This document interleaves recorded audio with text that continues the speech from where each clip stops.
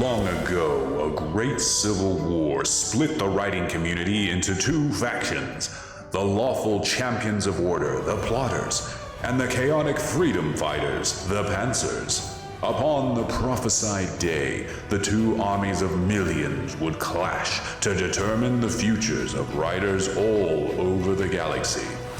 But when the day came, no one was there. The plotters refused to leave their impenetrable fortress until they had worked out the perfect plan.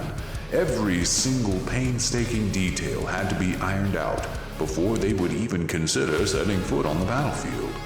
The pantsers, in a sudden twist, decided they didn't want to battle anymore and were going to romance the plotters instead. But before they could begin courting, they changed their minds once again and were now off doing God knows what. So for now, we sit in an uneasy peace, with everyone forever carving away at their work in progress until the sun falls from the sky.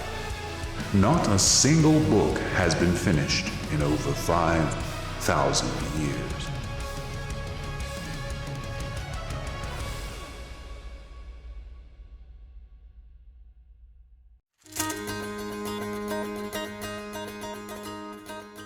When writing a book, your job isn't done once the words have all been put on paper. There's plenty of developmental work, editing, and revisions that you have to do at some point. Some writers like to refine their plot before the book is even written, and others would just rather write the book and do all the fine-tuning after the fact. The writing community calls these people plotters and pantsers respectively. If you're brand new to the writing community, then this is a good video for you to familiarize yourself with some of the lingo you might see online. And if you're a little more experienced, then perhaps you'll find some insightful knowledge here that will help you determine which type of writer you are. Every author has some aspects of a plotter and some aspects of a pantser, but I will list out a few things common to each side of the spectrum. For plotters, the writing process begins with a detailed outline rather than chapter 1.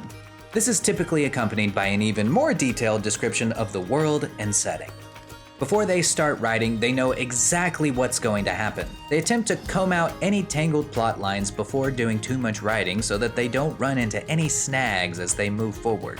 Once the outline is done, the greatest challenge a plotter needs to face is transforming that outline into prose. That being said, writing the outline is where most of the magic begins. There's no real surprises left for the writer to discover. In a way, it's like reading a complete synopsis of a movie you've been really wanting to see, but how you know what's gonna happen before you even go see it. But despite all of the fun already being behind you, you still gotta write your novel. All 100,000 words of it. Pantsers typically go where their feelings take them. They get to know their characters on a personal level and let them guide the story on their behalf. There's no strict path or outline they adhere to. They simply write what feels best for the story until they reach a semi-natural conclusion. And if you run into any plot holes, you just fix it in post, with a ton of editing and revisions and rewrites and cuts and... Oh, it can be liberating to write freestyle, and some of the best unconventional stories were written on the whim of an artist practicing their craft unchained. However, it can be very easy to hit a wall when you walk into a room blindfolded. Writer's block is all too common among pantsers, and though it can be exhilarating to let your characters take the reins, they can veer off course or out of the plot entirely. Sure, many of these things can be fixed in the editing phase, but if you never reach the end of your book in the first place, you could end up shelving the project entirely. There is no hard divide between plotters and pantsers. It's more of a spectrum. To put it simply, if you do a ton of prep work and outlining, you are more of a plotter, and if you simply start writing with little to no prep work, then you're more of a pantser. These two terms are not mutually exclusive, meaning you can extensively plan out your world building but completely write your story by the seat of your pants. Or you could write out one book as a plotter and write out the next as a pantser. I personally am a hardcore plotter, and have only leaned further into my plotting habits as I've gotten better. Neither plotting nor pantsing is better than the other, they're just different. However, in the context of self-publishing, I have a very heavy bias towards plotting, and I believe it is truly the best path to a successful indie publishing career.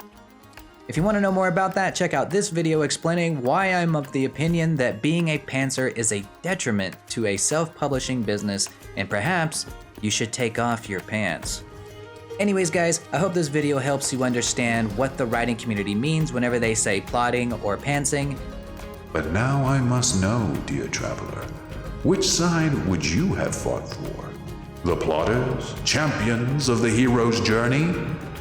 Or the pantsers, the rogues without chains? Choose wisely.